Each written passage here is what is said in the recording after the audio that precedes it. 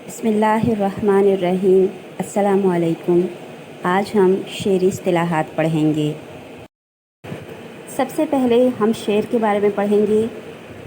कलाम मौज़ू को शेर कहा जाता है, यानी ऐसा कलाम जो मुकर्ररा वज़न और बहर में लिखा गया हो। इसको आसान अल्फाज में यूँ कहा जा सकता है कि दो ऐसी सतूर जिनको पढ़ने में एक जितना वक्त लगे।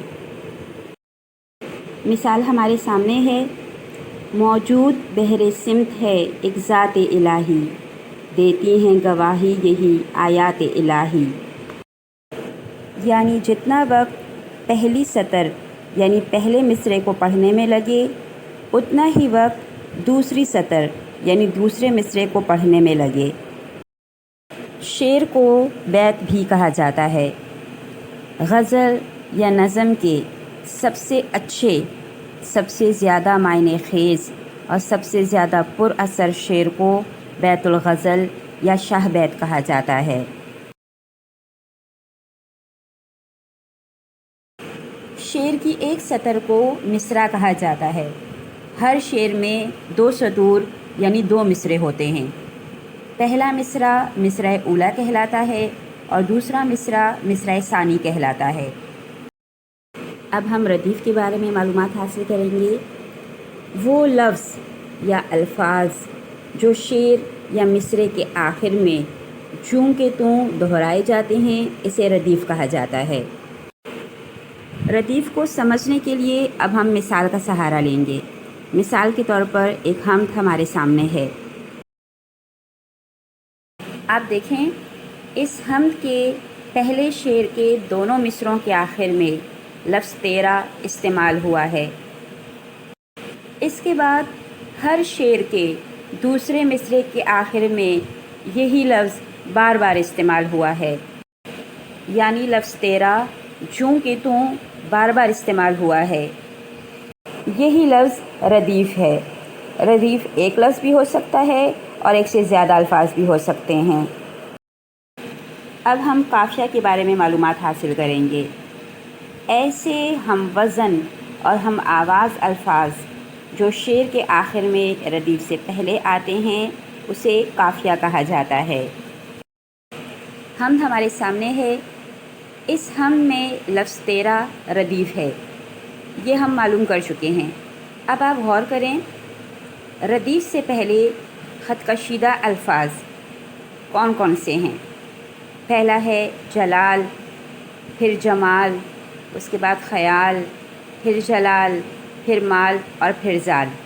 आप देखें, ये तमाम अल्फाज हम आवाज़ हैं। यही अल्फाज जो रदीफ़ से पहले हैं और हम आवाज़ हैं, इन्हें काफ़िया कहा जाता है। अब हम मतला के बारे में मालूमात हासिल करेंगे।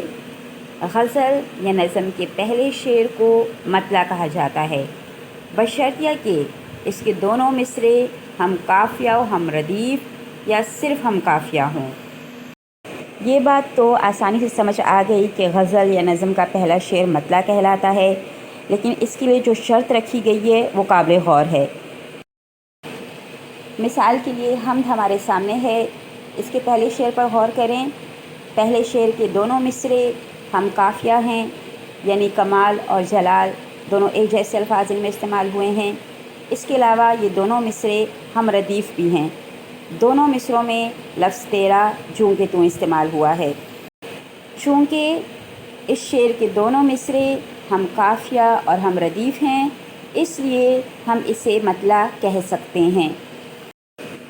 अब हम मक्ता के बारे में मालूमात हासिल करेंगे।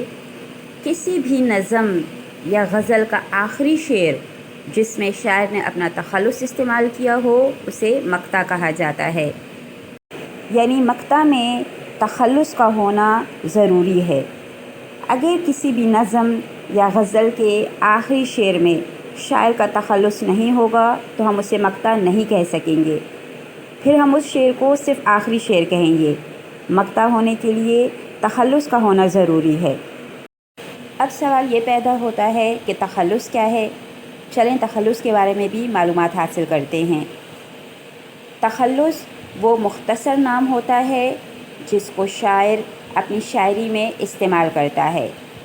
تخلص اصلی نام بھی ہو سکتا ہے اور اصلی نام کے بجائے کوئی اور نام بھی ہو سکتا ہے۔ یہ علامت تخلص ہے۔ تخلص کے اوپر یہ علامت بنائی جاتی ہے۔ اسی علامت کے ذریعے ہم تخلص کی پہچان کر سکتے ہیں۔ علامہ اقبال نے اپنے اصلی نام یعنی اقبال کو اپنا تخلص بنایا۔ اس کے علاوہ اردو ادب کے مشہور شاعر اسد اللہ خان کا تخلص غالب ہے۔ ایک اور مشہور شاعر ہیں جن کا اصلی نام ہے محمد ابراہیم، انہوں نے اپنا تخلص ذوق رکھا۔ اکثر کتب میں تخلص کی تعریف یہ لکھی گئی ہے کہ وہ نام جو شاعر اپنے اصلی نام کے بجائے شاعری میں استعمال کرتے ہیں، جبکہ یہ تعریف غلط ہے، کیونکہ تخلص اصلی نام بھی ہو سکتا ہے۔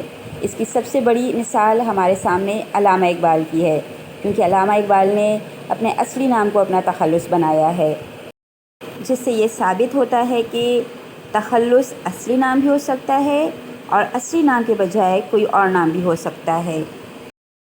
مقطع کے لیے مثال ہمارے سامنے ہے، ہیں اور بھی دنیا میں سخنور بہت اچھے، ہیں اور بھی دنیا میں سخنور بہت اچھے، کہتے ہیں کہ ہے غالب کا انداز بیاں اور۔